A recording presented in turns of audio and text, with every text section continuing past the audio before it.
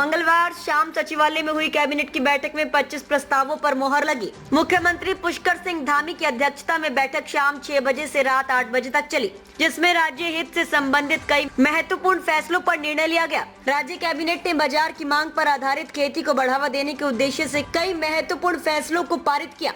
इसमें सेब, कीवी, मोटे अनाज और ड्रैगन फ्रूट की खेती करने पर 80% तक सब्सिडी दी जाएगी। 2030 तक कीवी की पैदावार बढ़ाई जाएगी। इसके लिए धामी कैबिनेट में नई कीवी नीति को मंजूरी दी है, जिसके तहत साल 2030 से 32 तक प्रदेश में 3,300 हेक्टेयर क्षेत्रफल में 33,000 मैट्रिक टन कीवी के उत्पादन का लक्ष्य रखा गया है, जबकि वर्तमान में 682 हेक्टेयर में 381 मैट्रिक टन का उत्पादन हो रहा है।